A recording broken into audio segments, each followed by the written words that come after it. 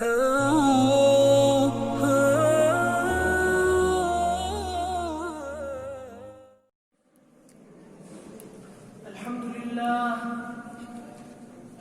لله وكفى وسلام على عباده الذين اصطفى أما بعد فأعوذ بالله من الشيطان الرجيم بسم الله الرحمن الرحيم والضحى والليل إذا سجى ما ودعك ربك وما قلى وللآخرة خير لك من الأولى ولسوف يعطيك ربك فترضى وقال الله تبارك وتعالى ألم نشرح لك صدرك ووضعنا عنك وزرك الذي أنقض ظهرك ورفعنا لك ذكرك وقال رسول الله صلى الله تعالى عليه وسلم إنما أنا لكم مثل الوالد لولده أو كما قال صلى الله تعالى عليه وسلم. درود پاک پڑھیں. اللهم صل على سيدنا محمد وعلى آل سيدنا محمد وأصحاب سيدنا محمد وبارك وسلم. اللهم صل على سيدنا محمد وعلى آل سيدنا محمد وأصحاب سيدنا محمد وبارك وسلم. فيا رب صل وسلم دائما أبدا على حبيبك خير الخلق كلهم.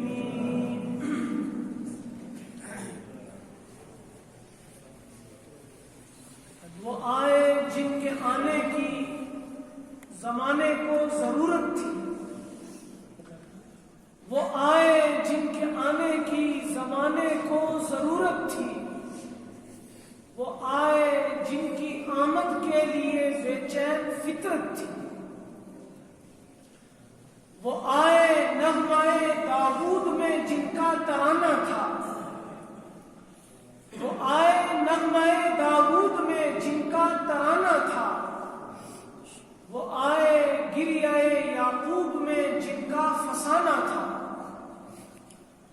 وہ آئے جن کی خاطر مضطرب تھی وادی بطحا،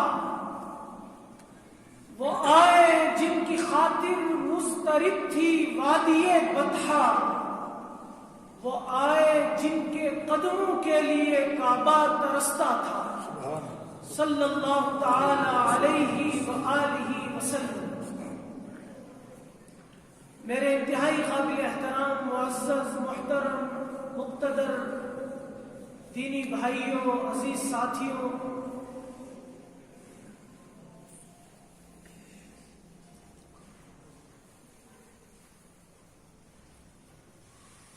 آج کے اس مقدس اور متبرک دن میں جب میں اور آپ رحمت دو عالم، فخر عرب و عجم، سید ولد آدم، امام الانبیاء، خاتم النبیین، سید الاولین والآخرین، حضرت محمد مصطفیٰ صلی اللہ علیہ وسلم کے ذکر خیر کے لیے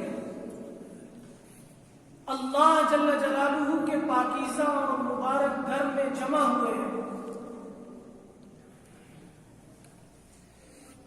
صرف اور صرف ایک نسبت پر، جو نسبت ہے محمد الرسول اللہ صلی اللہ علیہ وسلم کی، اور اس نسبت پر ہمیں بجا طور پر فخر بھی ہے، اور اس نسبت کا ہمیں ادب اور احترام بھی ہے،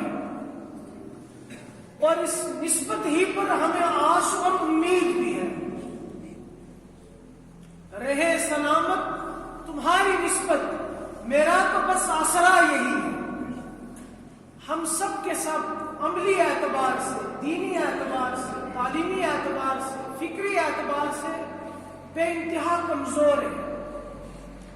لیکن یہ بات دشمنان اسلام بھی اچھی طرح ذہن نشین کر لیں، اور ہمیں بھی بار بار اپنے دل کو یہ بات بتلانی چاہیے کہ قوم مسلم کا ایک ایک بچہ، ایک ایک فرد، ایک ایک مرد، ایک ایک عورت، ایک ایک ماں، ایک ایک بہن، ایک ایک بیٹی اور نوخیز طفل مکتب سے لے کر بڑے بزرگ اور نوجوان تک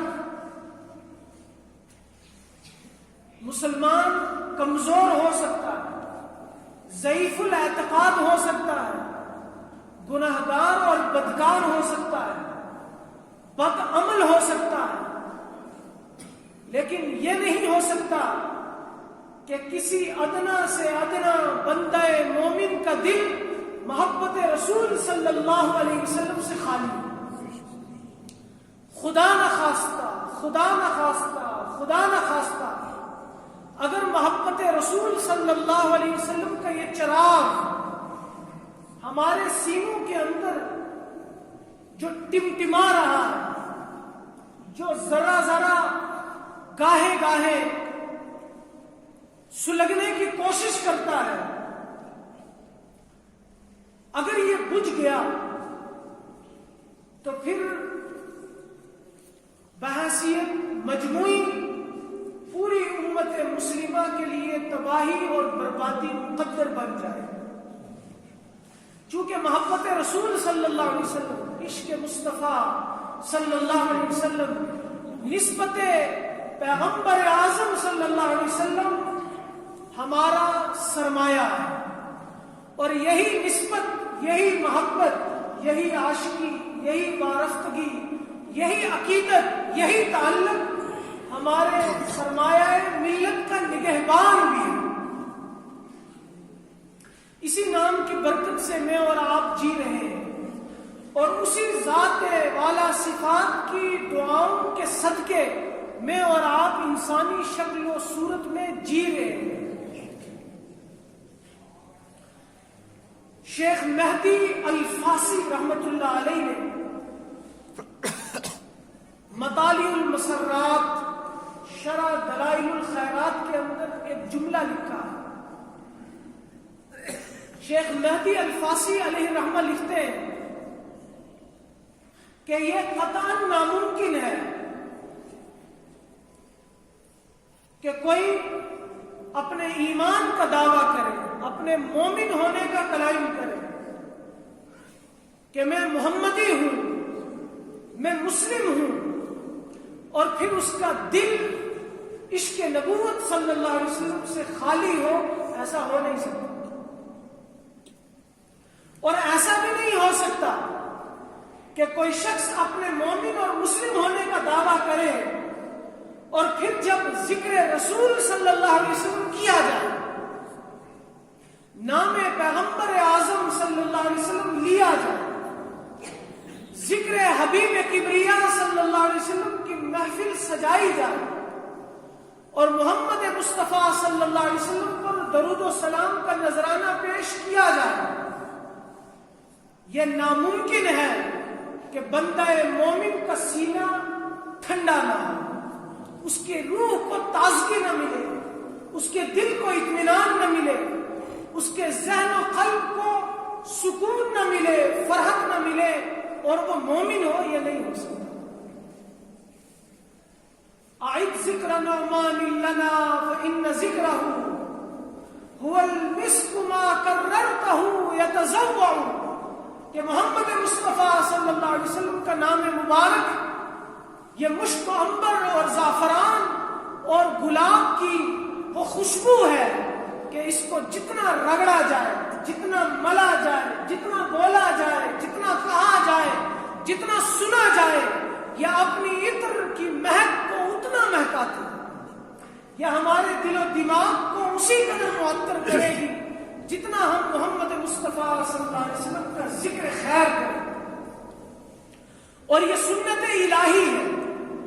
یہ سنت خدائی ہے اور یہ طریقہ رب ذوالجلال ہے۔ آپ پوچھیں گے وہ کس طرح؟ میں نے اس سے پہلے بھی اس جانب اشارہ کیا کہ ان اللہ وملائکتہ یصلون علی النبی، کہ بلا شبہ اللہ کی پاک ذات اور اس کے فرشتوں کی مبارک جماعت ہم وقت اپنے نبی پر رحمتوں اور برکتوں کا نزول کرتی رہتی ہے۔ درود و سلام کی نسبت جب اللہ کی طرف ہو تو اس کا مطلب یہ ہے کہ رب ذوالجلال بے انتہا رحمتیں برکتیں اپنے محبوب صلی اللہ علیہ وسلم کے اوپر نازل فرماتے ہیں۔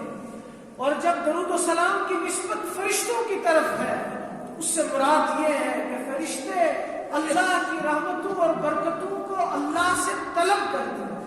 اور جب درود و سلام کی نسبت بندوں کی طرف ہو، یا ایھا الذین آمنوا صلوا علیہ وسلموا تسلیما، تو اس کا مطلب یہ ہے کہ بندے اپنی لاچاری، اپنی بے بسی، اپنی کم ہمتی، اپنی لا علمی کا اعتراف کرتے ہوئے اللہ کے حضور دست بستہ کھڑے ہو جائیں کہ اے باری تعالی، آپ کا حکم ہے کہ ہم محمد مصطفیٰ صلی اللہ علیہ وسلم پر درود و سلام پڑھیں، درود و سلام بھیجیں۔ اگر ہم درود و سلام کے الفاظ پر غور کریں گے تو معاملہ بالکل اپوزٹ لگتا ہے کہ اللہ کا حکم میرے اور آپ سے ہے کہ میرے محبوب پر درود و سلام پڑھو، لیکن ہم درود پاک جو پڑھتے ہیں اس کے الفاظ پر غور کریں، کیا کہتے ہیں ہم؟ اللہم صلی علی محمد۔ الفاظ اور حکم خدا یہ دونوں متضاد ہیں، ایک دوسرے کی ضد ہے۔ اللہ کا حکم ہے ہم درود و سلام پڑھیں، اور ہم کیا کہتے ہیں؟ اللہم صلی علی محمد، اے اللہ آپ درود و سلام بھیجیں محمد صلی اللہ علیہ وسلم۔ حکم تو میرے آپ سے ہے، پھر ہم اللہ سے درخواست کر رہے ہیں، خود تو نہیں پڑھ رہے۔ اس کا جواب مفسرین کرام نے دیا، محدثین نظام نے دیا کہ جب بندہ درود و سلام پڑھنے کی کوشش کرتا ہے تو اپنی لاچاری، اپنی بے بسی، اپنی گناہگار زبان اور اپنا بدکار جسم اور اپنی ناپاک اعضاء کو دیکھتا ہے، اور پھر رسول رحمت صلی اللہ علیہ وسلم کی عظمت، آپ کی شرافت، آپ کی کرامت، آپ کی بزرگی، آپ کا علو مقام، آپ کا مرتبہ اور آپ کی شان پر نظر کرتا ہے۔ وہ یہ سمجھتا ہے کہ کہاں میں اور کہاں نکہت گل، ہزار بار بشویم دہن ز مشک و گلاب، ہنوز نام تو گفتن کمال بے ادبیز، کہ اگر میں ہزار مرتبہ بھی اپنے منہ کو مشک و گلاب سے، زعفران سے دھو لوں، پھر بھی محمد مصطفیٰ صلی اللہ علیہ وسلم کا نام مبارک لینا بے ادبی ہے۔ کہاں میں اور کہاں محمد عربی صلی اللہ علیہ وسلم کی ذات عالی صفات؟ پھر بندہ مجبور ہو کر، لاچار ہو کر، کم ہمت ہو کر، بے بس ہو کر اللہ کے سامنے ہاتھ اٹھاتا ہے کہ اللہ کی عظمت کو پہچاننے والی اگر کائنات میں کوئی ذات ہے تو محمد مصطفیٰ صلی اللہ علیہ وسلم کی ہے، اور محمد مصطفیٰ صلی اللہ علیہ وسلم کو پہچاننے والی اگر کوئی ذات ہے تو صرف وحدہ لا شریک لہ کی ذات ہے۔ بندے نہ اللہ کو پہچان سکتے ہیں، نہ اللہ کے پاک رسول کو پہچان سکتے ہیں، اس لیے بے بس ہو کر بندہ اپنی عجز و لاچاری اللہ کے سامنے رکھتا ہے، ہاتھ باندھتا ہے اور درخواست کرتا ہے کہ میں محمد عربی صلی اللہ علیہ وسلم کی شایان شان درود و سلام نہیں بھیج سکتا۔ اللہم صلی علی محمد وعلی آل محمد، اے رب ذوالجلال آپ اپنی شایان شان اور اپنے پیارے محبوب علیہ السلام کی شایان شان ان پر رحمتوں اور برکتوں کا نزول فرمائے صلی اللہ علیہ وآلہ وسلم۔ تو میرے گرامی قدر بزرگوں، بھائیوں، ساتھیوں، آج کی اس مجلس کے بالکل ابتدائی جملوں میں نے ایک جانب اشارہ کیا اور یہ عرض کیا کہ محمد رسول اللہ صلی اللہ علیہ وسلم کی تشریف آوری سے پہلے بھی کائنات جاری تھی، دنیا کا وجود تھا. انبیاء 2-4 نہیں، سینکڑوں نہیں، ہزاروں نہیں، 1.25 لاکھ یا 1.5 لاکھ کی تعداد میں تشریف لائے. انسانوں کا قافلہ رواں دواں تھا. آدم علیہ السلام سے لے کر حضور کی پیدائش سن 571 عیسوی تک دنیا کا یہ نظام جاری تھا یا نہیں تھا؟ کمی کس چیز کی تھی؟ فرق کہاں پر تھا؟ ضرورت کس چیز کی تھی؟ اور محمد رسول اللہ صلی اللہ علیہ وسلم کس مشن کو لے کر، کس دعوت کو لے کر، کس کام کو لے کر، کس مقصد کو لے کر تشریف لائے، سمجھنا تو وہ ہے. باقی ولادت مصطفیٰ، میلاد النبی صلی اللہ علیہ وسلم کا انکار تو کیا ہی نہیں جا سکتا. یہ مومن تو مومن، غیر مسلم کیا، ابلیس بھی اس کا انکار نہیں کرتا، چونکہ اس کی کمر بھی محمد رسول اللہ صلی اللہ علیہ وسلم کی ولادت پر ٹوٹ گئی. اصل مقصد مسئلہ ولادت کا نہیں ہے.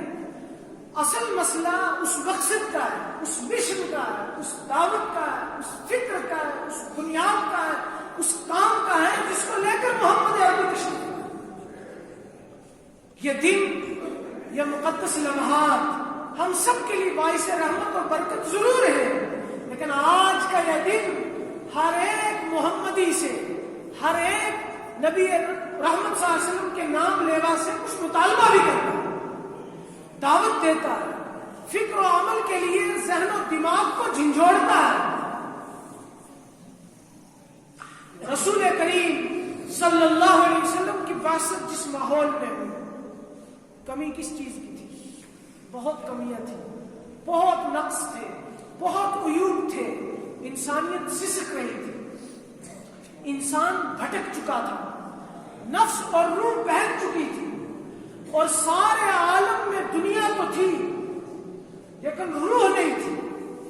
جسم تو تھا، روح نہیں تھی، کیونکہ اس کائنات کی روح محمد مصطفیٰ صلی اللہ علیہ وسلم. ساری انسانیت جس میں بے جان کی طرح پڑی تھی، ہر شخص دوسرے کے خون کا پیاسا. ساری کائنات میں ہر طرف ظلمتوں کا بسیرا، چاروں طرف اندھیرا ہی اندھیرا، سناٹا ہی سناٹا، بے بسی ہی بے بسی، لاچاری ہی لاچاری تھی. پھر امام الانبیاء صلی اللہ تعالی علیہ وسلم کی ولادت با سعادت. آپ دنیا میں تشریف لائے، ابھی نبوت کا اظہار 40 سال کے بعد ہوگا، لیکن محمد رسول اللہ صلی اللہ علیہ وسلم کے دنیا میں قدم مبارک رکھتے ہی آپ کے چہرہ انور کے انوارات سے، چہرے کے نور سے ساری کائنات میں روشنی بکھر گئی. میں نہیں کہہ رہا ہوں. شیخ سعدی شیرازی علیہ رحمہ 800 سال پہلے بلغ العلا بکمالہ، ہے کمال رتبہ مصطفیٰ، بلغ العلا کشفت تجا بجمالہ. ساری کائنات کے اندھیرے جس شخصیت کے حسن و جمال کی چمک سے روشنیوں میں تبدیل ہو گئے، اس ذات اقدس کا نام ہے محمد الرسول اللہ صلی اللہ علیہ وسلم. یہ اثر ہے ان کے جمال کا. کشفت تجا بجمالہ، کسی ایک ادا کی تو بات کیا، حسنت جمیع خصالہ، وہ خدا کا جس نے بتا دیا، صلو علیہ وآلہ. سیدہ آمینہ رضی اللہ تعالی عنہا، نبی رحمت صلی اللہ علیہ وسلم کی والدہ ماجدہ، خود بیان کرتی ہے کہ ابھی محمد صلی اللہ علیہ وسلم کی ولادت کے لمحات قریب تھے، ولادت ہوئی نہیں تھی. مجھے یوں محسوس ہوتا تھا کہ آسمان کے چمکتے ہوئے ستارے میرے آنگن کے انتہائی قریب آ گئے. ایسا لگتا تھا کہ ابھی گرنے لگے. اور جب محمد صلی اللہ علیہ وسلم ولادت پذیر ہوئے، آپ کی پیدائش ہوئی، آپ کا برتھ ہوا، آپ کی پیدائش ہوئی، آپ کی ولادت ہوئی، خرج منی نور ازالہ قصور الشام، آپ آپ کی ولادت باسعادت ہوتے ہی اتنی روشنی پھیلی، اتنا نور پھیلا کہ میں مکے میں بیٹھی شام اور یمن کے محلات کو دیکھ رہی تھی، اور پھر اس حسن و جمال کی تاثیر کو، اس خوبصورتی کو سیدہ عائشہ رضی اللہ نے اپنے انوکھے انداز میں بیان کیا۔ مشہور واقعہ درجنوں مرتبہ سن چکے آپ کہ آپ کی اندھیری کوٹھڑی میں، اس حجرہ مقدسہ میں جس پر ساری کائنات کے انسان قربان ہو جائے، کہ آج بھی آپ تشریف فرما ہے روزہ اطہر میں، اندھیرا، سناٹا، چراغ نام کی کوئی چیز نہیں۔ سیدہ عائشہ رضی اللہ فرماتی ہیں کہ سوئی گم ہو جاتی ہے۔ ایک مرتبہ اسی طرح ہوا، میں ڈھونڈ رہی، تلاش کر رہی، ہاتھ پھیر رہی، اچانک رسول اقدس صلی اللہ علیہ وسلم تشریف لائے۔ فتبینت العبرۃ بشعاع نور وجهہ، قربان جائیں اپنے محبوب صلی اللہ علیہ وسلم کے وجود مسعود پر کہ میں سوئی تلاش کر رہی تھی، رسول رحمت کی چمک سے وہ سوئی میرے سامنے نمودار ہوئی۔ فتبینت العبرۃ بشعاع نور وجهہ، آپ کے چہرے کی چمک سے وہ سوئی چمکنے لگی۔ تفسیر مظہری کے اندر مشہور تفسیر ہے، قاضی ثناء اللہ پانی پتی علیہ الرحمہ، مشہور محدث، فقیہ اور مفسر ہے، انہوں نے باضابطہ یہ واقعہ درج کیا ہے کہ حلیمہ سعدیہ رضی اللہ تعالیٰ عنہ، آپ کی دائی حلیمہ کتنی غربت میں تھی، کتنے افلاس میں تھی، وہ سب جانتے ہیں کہ جب وہ لینے کے لیے آئیں تو ایک مریض، کمزور، ہڈیوں کا ڈھانچہ، بالکل اونٹلی، اور خود بھی انتہائی کمزور خاندان، قبیلہ بنو سعد۔ آج بھی وہ جگہ موجود ہے مدینہ منورہ سے تقریباً 250 کلومیٹر طائف کے راستے پر۔ ان کا گھر رسول اقدس صلی اللہ علیہ وسلم جب تشریف لے گئے، اس کے بعد کا ایک واقعہ، کیونکہ وقت نہیں ہے پوری تفصیل بیان کرنے میں، بس میں اشاروں میں بات کر کے وقت جو ہے اپنی بات مکمل کروں گی۔ چند عورتیں باضابطہ جماعت بنائی، جب کوئی محلے میں، علاقے میں، گاؤں میں خاص واقعہ پیش آتا ہے تو عورتوں کا اپنا ایک میڈیا سیٹ اپ ہے۔ عورتوں کے میڈیا سے اوپر کوئی دنیا کا میڈیا، براڈ کاسٹ اتنا خطرناک سسٹم ہے کہ عقلیں حیران رہ جاتی ہیں۔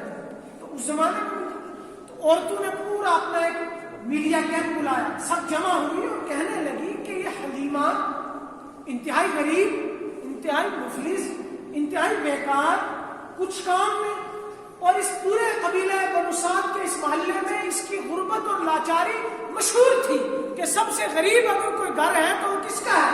حلیمہ۔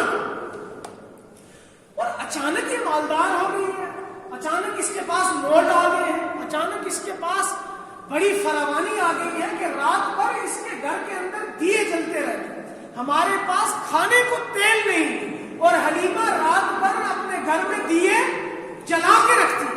چلو چلتے ہیں، دیکھتے ہیں کہ اس کے ہاتھ کون سا خزانہ۔ قاضی ثناء اللہ پانی پتی نے تفسیر مظہری میں واقعہ دیا، پوری ٹیم بنا کر، وفد بنا کر، عورتوں کی یہ جماعت اور یہ وفد حلیمہ سعدیہ کے گھر میں، اور جا کر کہنے لگا، حلیمہ آج کل تیرے وارے نیارے ہیں، آج کل تیری عیش ہے، ہمارے گھر کھانا پکانے کو تیل نہیں اور تو پوری رات دیے جلا کر رکھتی ہے۔ حلیمہ سعدیہ سمجھ گئے کہ ماجرا کیا ہے۔ عورتوں کو کہا، میری بہنوں، میری سہیلیوں، میری ہمجھولیوں اور میری پڑوسنوں، میرے پاس کوئی دیا نہیں ہے، آؤ میں تمہیں بتاتی ہوں کہ دیا کون سا۔ ہاتھ پکڑا عورتوں کا، اس کمرے میں لے گئی جہاں رسول کریم رحمت العالم، امام الانبیاء، سید الاولین والآخرین صلی اللہ تعالی علیہ وآلہ وسلم اپنے پالنے میں موجود تھے۔ حلیمہ سعدیہ نے عورتوں کا بازو پکڑا اور اشارہ کر کے ان الفاظ میں کہا، ما کننا نحتاج الی السراج من یوم اخذناہ، کہ تم دیوں کی اور چراغوں کی بات کرتی ہو، میری بہنوں، میری سہیلیوں، جب سے یہ مقدس اور متبرک ہستی ہمارے گھر میں ہمیں کسی چراغ کی، کسی دیے کی ضرورت ہی نہیں.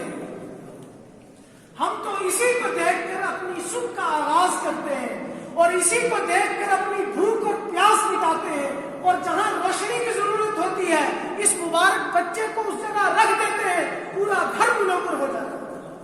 دیے کی ضرورت نہ مشعل کی حاجت، عجب روشنی تو نے پائی حلیمہ، بڑی تو نے توقیر پائی حلیمہ، بنی تو محمد کی دائی حلیمہ صلی اللہ تعالی علیہ وسلم. اس کے علاوہ رسول کریم صلی اللہ علیہ وسلم کے حسن و جمال کے واقعات سیرت اور تاریخ کی کتابوں میں ہزاروں کی تعداد میں لکھے، ہزاروں کی تعداد میں. ایک اور واقعہ لکھا ہے امام زرقانی علیہ الرحمۃ، بڑے محدث اور بڑے پائے کے مفسر اور مورخ گزرے امام زرقانی رحمۃ اللہ. انہوں نے ایک لمبا واقعہ لکھا ہے، میں اس کو شارٹ کٹ کر کے بس آپ کی گوش گزار کروں. رسول کریم صلی اللہ علیہ وسلم ایک مرتبہ مدینہ منورہ سے باہر نکلے. آج کل ہم بھی صبح شام بات کرتے ہیں ساتھیوں کے ساتھ، دوستوں کے ہمراہ. رسول کریم صلی اللہ علیہ وسلم یوں ہی مدینہ منورہ سے، اور یاد رکھیں مدینہ منورہ اس وقت کا، آج کا نہیں، آج کی مسجد نبوی رسول کریم صلی اللہ علیہ وسلم کا پورا شہر. باہر نکلے، کچھ لوگوں نے اپنا پڑاؤ ڈالا ہوا تھا. سفر کرتے ہوئے راستے میں کہیں چھاؤں دیکھی، پانی دیکھا، جھاڑ دیکھا، تو وہاں آرام کرنے کے لیے ایک وفد قیام پذیر.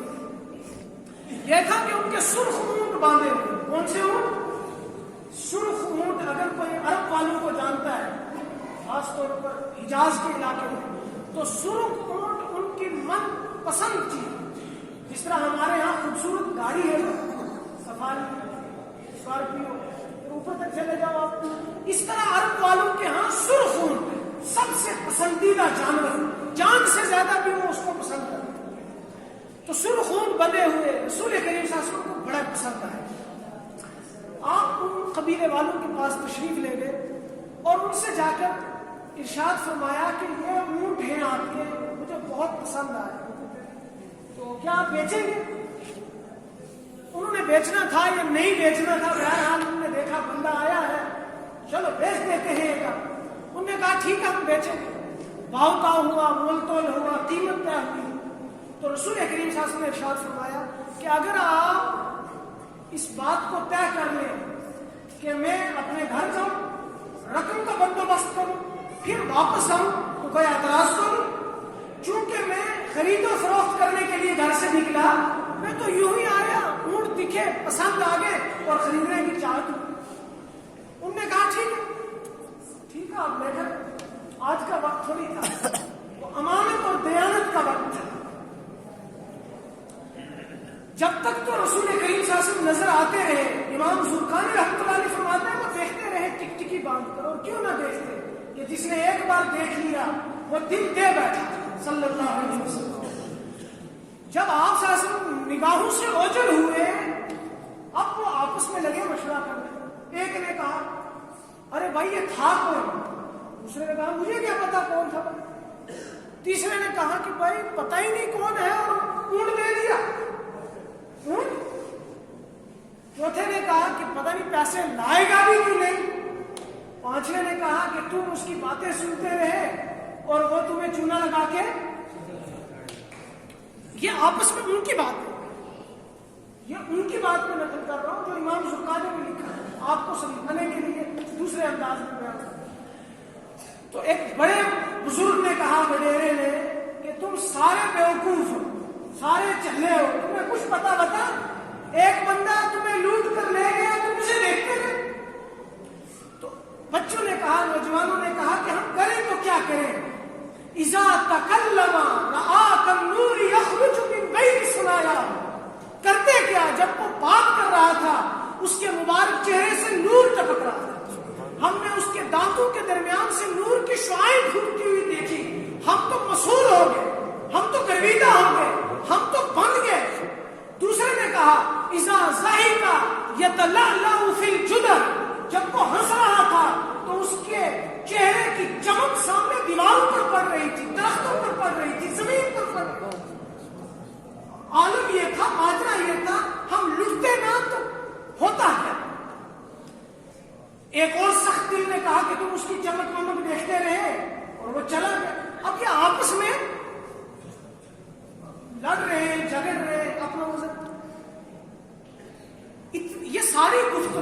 قبیلے کے ذمہ دار کی، بڑے کے، وفد کے سردار کی بیوی اس پردے کے اوٹ سے سن رہی تھی، اور اس نے رسول کریم صلی اللہ علیہ وسلم کے چہرے اقدس کو دیکھا بھی تھا.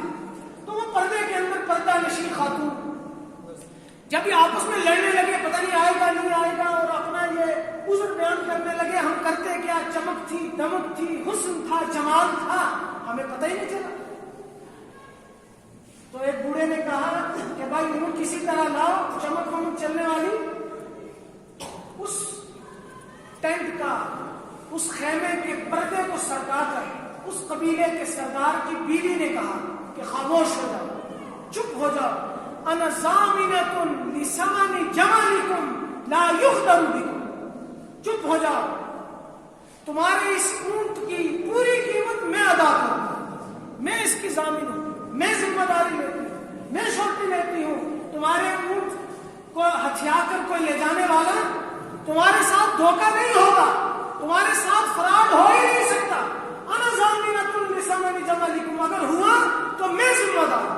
انہوں نے کہا کہ امی جان آپ پہچانتی تھی تو بتانا تھا، آپ اس نوجوان شخص کو جانتی تھی تو بتانا تھا، آپ ایسے ہی لگتے رہے.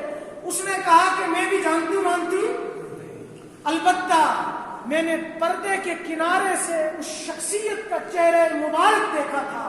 اللہ کی قسم جس نے مجھے پیدا کیا ہے، یہ حسن و جمال اور یہ نورانی چہرہ کسی جھوٹے اور دغاباز کا نہیں ہو سکتا. اس گفتگو کے بعد آپ علیہ الصلوۃ والسلام کے چند غلام صحابہ کرام کھجوروں کا ایک خوشہ اور اونٹ کی قیمت لے کر تشریف لائے اور آ کر کہنے لگے کہ یہ رہا تمہاری اونٹ کی متعینہ قیمت، اور اس کو آپ سنبھالو، اور یہ ہماری طرف سے ہدیہ اور گفٹ اور تحفے کے طور پر کھجوریں کھاؤ. وہ سب کہنے لگے کہ کھجوریں بھی ہم کھا لیں گے، قیمت بھی ہم لے لیں گے، ہم نے تو اونٹ بیچا تھا، اب تو ہم اپنی جان بھی بیچنے کو تیار ہیں، بتاؤ کہ یہ شخصیت رہتی کہاں. صحابہ نے ارشاد فرمایا کہ اسی نخلستان مدینہ میں یہ شخصیت رہتی ہے جن کا نامی اسم گرامی محمد بن عبد اللہ رسول اللہ صلی اللہ علیہ وسلم. یہ پورا وفد عورتوں اور مردوں کے ساتھ درجنوں کی تعداد میں مدینہ منورہ گیا اور رسول کریم صلی اللہ علیہ وسلم کے دست مبارک پر ہلکا بگوش اسلام. یہ ہے آپ کا حسن جمال، یہ ہے آپ کی شخصیت کی کشش، یہ ہے مہر، یہ ہے کردار، یہ ہے اعمال. رب کریم ہم سب کو بھی ایسا کردار عطا فرمائے. ایک صحابی ہے حضرت ابو طفیل رضی اللہ. کون سے؟ ابو طفیل رضی اللہ وہ صحابی ہیں کہ صحابہ کی جماعت میں سب سے آخر میں انہی کا انتقال ہوا. سب سے آخری صحابی جن کا انتقال ہوا وہ کون ہے؟ ابو طفیل رضی اللہ. سن 110 ہجری میں ان کا انتقال ہوا، یعنی رسول کریم صلی اللہ علیہ وسلم کے دنیا سے پردہ کرنے کے 100 سال کے بعد، 100 سال کے بعد ان کا وصال.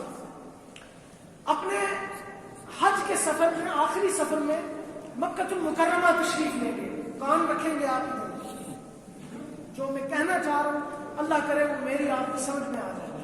ابو طفیل رضی اللہ تعالیٰ نے حج کے لیے تشریف لے گئے. ایک ٹیلے پر کھڑے ہو اور بلند آواز سے کہا کہ اے سننے والوں، میں اکیلا اس دھرتی پر وہ انسان ہوں اور آخری انسان ہوں کہ جس نے محمد مصطفیٰ صلی اللہ علیہ وسلم کے چہرے انور کی زیارت کی.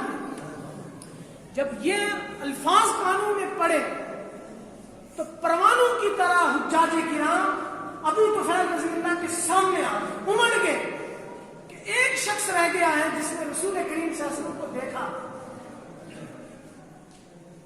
دیوانوں کی طرح امڑ پڑے.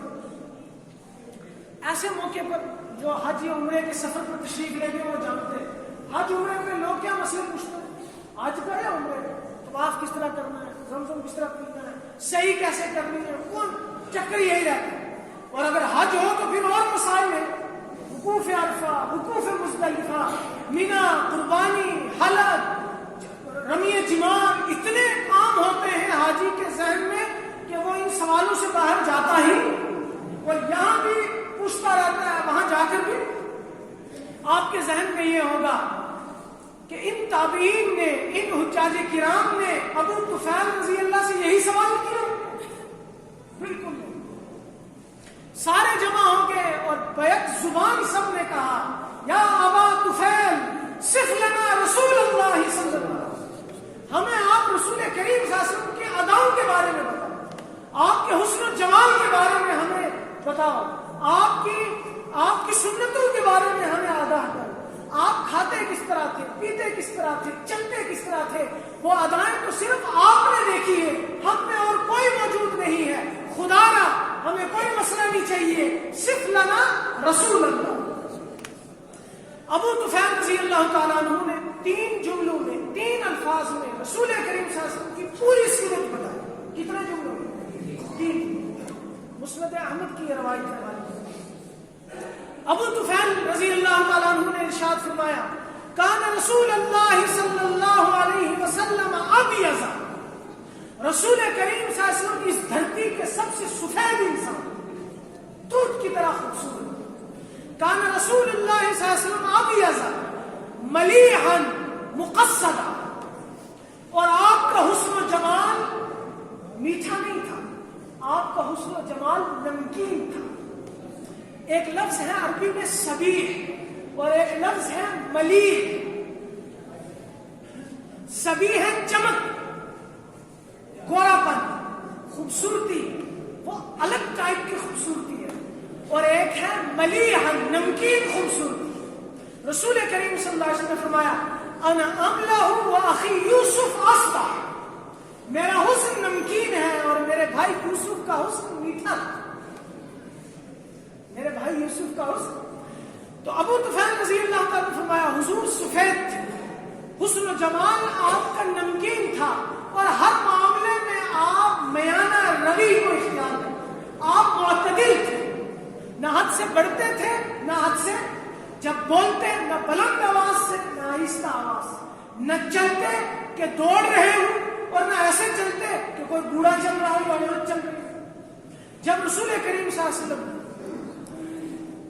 کوئی چیز تقسیم کرتے تو اس میں بھی میانہ رہے، جب سفر کرتے تب بھی میانہ رہے، جب کھانا کھاتے تب بھی میانہ رہے، اپنے ہر معاملات میں، احکامات میں، عبادات میں، احوال میں، اعمال میں حضور مقصد تھے۔ کیا تھے؟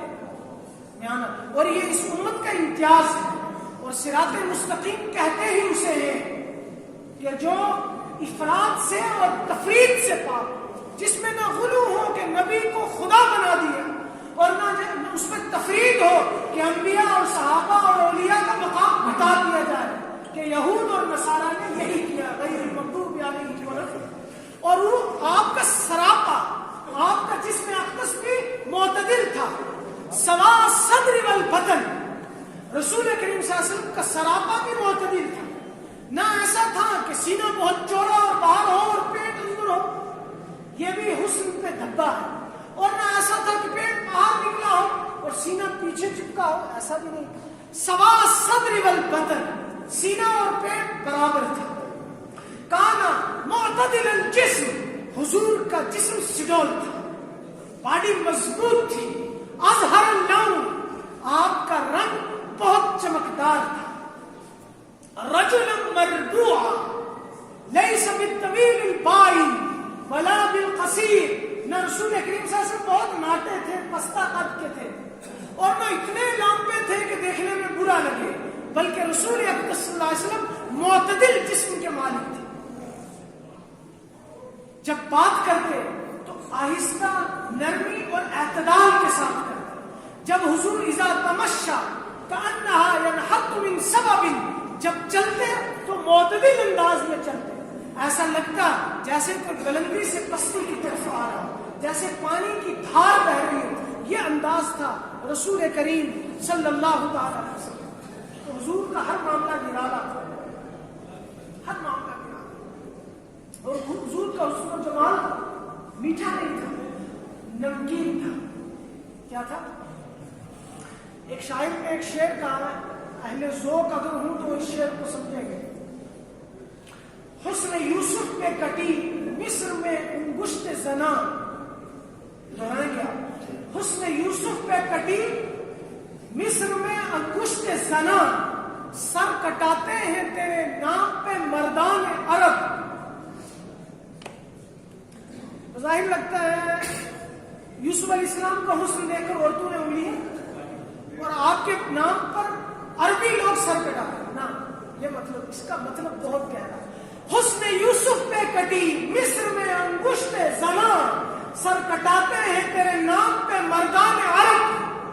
اگر عربی ادب کو اور اردو لغت لینگویج کو جاننے والا کوئی اسٹوڈنٹ بیٹھا ہو, یا شعر سے مناسبت ہو, ذوق ہو, شوق ہو, تو شعر کے اندر ایک اشعار کے اندر ایک خاص فن ہے جسے کہتے ہیں تضاد. کیا کہتے ہیں؟ تضاد. اس کے اندر تضاد ہے شعر. اور تضاد کہتے ہیں کہ اپنی بات میں الفاظ دو اس قسم کے لانا کہ جن کے معنی ایک دوسرے کے اپوزٹ, متضاد. جیسے زمین کا تذکرہ کرتے ہوئے آسمان کا تذکرہ کرنا. کہاں زمین کی پستی اور کہاں آسمان کی, کہاں تحت الثری اور کہاں اوج ثریا. اس کو کہتے ہیں تضاد. کہاں اندھیری رات اور کہاں چمکتا ہوا. یہ تضاد معنی ہے. یہ بڑی مشکل صنف ہے اشعار کی. یہاں دیکھیں شاعر کیا کہہ رہا ہے. حسن یوسف پہ کٹی مصر میں انگشت زنا. وہاں انگلیاں کٹی. کیا کٹی؟ اور یہاں کیا کٹا؟ سر کٹاتے ہیں تیرے نام پہ مردان. وہاں تو انگلی کٹی اور یہاں سر. اور وہاں مصر میں عجمی, اور یہاں مردان عرب, عربی لوگ. اور وہاں حسن یوسف پہ کٹی, کٹ گئی اپنے آپ کو, جان بوجھ کر انہوں نے کاٹی. حسن یوسف پہ کٹ گئی. اور یہاں کٹاتے ہیں جان بوجھ کر, شعوری طور پر, نیت, ارادے, قصد کے ساتھ, اپنی منشا کے ساتھ. اور وہاں عورتیں انگشت زنا وہاں, اور یہاں مردان عرب. اور وہاں ایک بار کٹی تو بس کٹی, اور یہاں تب بھی کٹاتے تھے, آج بھی کٹاتے ہیں. اور محمد مصطفیٰ صلی اللہ علیہ وسلم کے غلام قیامت کی صبح تک رسول اکرم صلی اللہ علیہ وسلم کی عظمت پر, آپ کی ناموس پر, آپ کی شان کے تحفظ پر, اور آپ کی اداؤں اور سنتوں کے تبلیغ اور دعوت پر, اور آپ کے خلاف دشمنان اسلام کی ہونے والی بدزبانیوں پر آج بھی کٹائیں گے اور قیامت کی صبح تک کٹاتے رہیں. حسن یوسف پہ کٹی مصر میں انگشت زنا. سر کٹاتے ہیں تیرے نام پہ مردان عرب. کٹاتے تھے, کٹاتے ہیں اور کٹاتے. وہ موقع تو جب ملے گا تب ملے گا, لیکن ہم رسول اکرم صلی اللہ علیہ وسلم کی عظمت اور شہرت اور بلندی مقام پر سر جھکا تو سکتے ہیں. ہم اپنا رسم, اپنا رواج, اپنا کلچر, اپنی ناد, اپنی برادری, اپنا خاندان, اپنا علاقہ, اپنا گاؤں, اپنا محلہ, اپنا قصبہ, اپنا خاندان اور اس کے ریت اور رواج کو اگر آج ارادہ کر لیں کہ محمد رسول اللہ صلی اللہ علیہ وسلم کی سنتوں پر قربان کریں گے, اللہ کی قسم اس سے بڑا جہاد کرتے ہیں نا ارادہ سے. اللہ رب العزت آج کے اس مقدس اور مبارک دن کی رحمتوں اور برکتوں سے ہم سب کو حصہ نصیب فرمائے, اور زندگی بھر محمد رسول اللہ صلی اللہ علیہ وسلم کے نام نامی اس میں گرامی پر جان کی, مال کی, عزت کی, آبرو کی, تن کی, من کی, دھن کی بازی لگانے کی توفیق عطا فرمائے کہ یہی ہمارے لیے سرمایہ ہے اور یہی ہمارے لیے سعادت ہے. رب ذوالجلال ہم سب کو اس پر عمل کی توفیق عطا فرمائے. وآخر دعوانا